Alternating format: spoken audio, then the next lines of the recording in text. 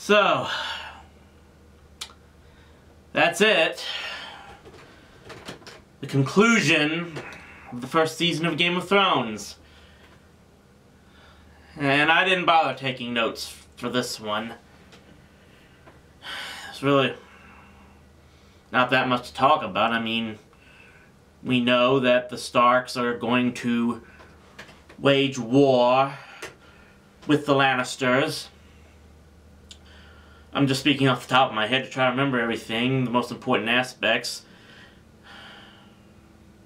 That Tyrion Lannister has now been declared to be the new head of the king, hand of the king, by his father, in hopes that he'll keep Joffrey under control. I think we know that's not going to happen.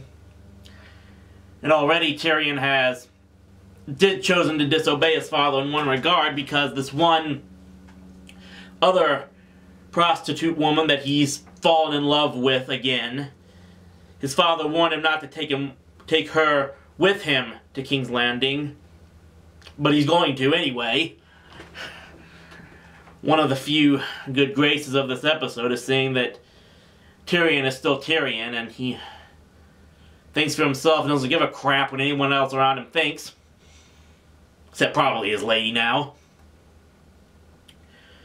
We know that Lord Snow thought about abandoning the Night Watchman.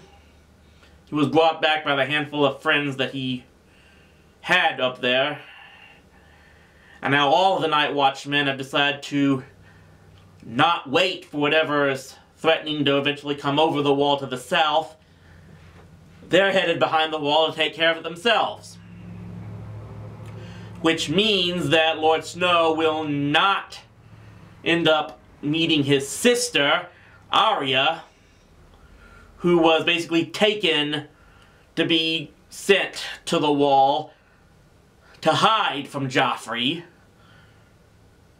Meanwhile, her older sister, it's pretty clear she's about to enter a marriage of pure hell to Joffrey.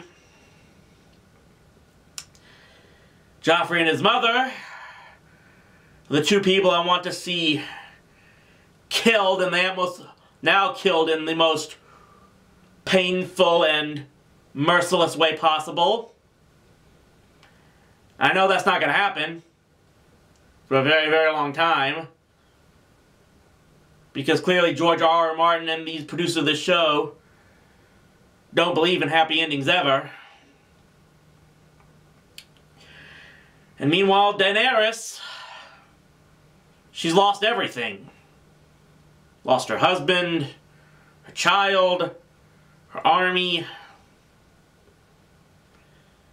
And the lone saving grace of that is, we see at the very end of this episode, and obviously the conclusion of this season, that she was able to somehow hatch the dragon eggs that had been given to her as a gift, which, you know, we kind of saw coming from the very beginning. So I guess now she does have essentially 3 new children in the form of dragons. And that's probably the only one thing that the curiosity of where they're going to go with that might actually compel me to move on to the next season.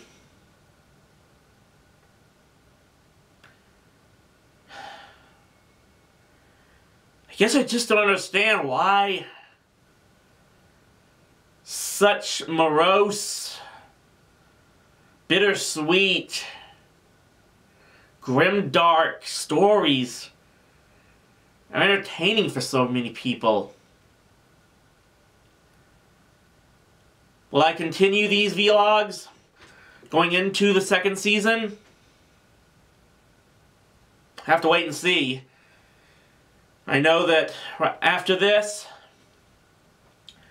I'm going to be watching a lot of Adventure Time, because I need to go back and watch something in a fantasy adventure setting that's actually lighthearted and entertaining. And if nothing else, it's got me If this won't, then nothing else will motivate me to get back to writing my Quest Seeker series. Because we need lighthearted entertainment. And I'm going to do my best to write more of those books. Maybe one day they'll get made into a TV series. A fun, comedic, lighthearted fantasy adventure series that hopefully kids and adults alike can enjoy. You know, because hopefully some good can come out of this. But I thank you for joining me on this journey. We'll just wait and see if it continues. Stay rowdy, my friends.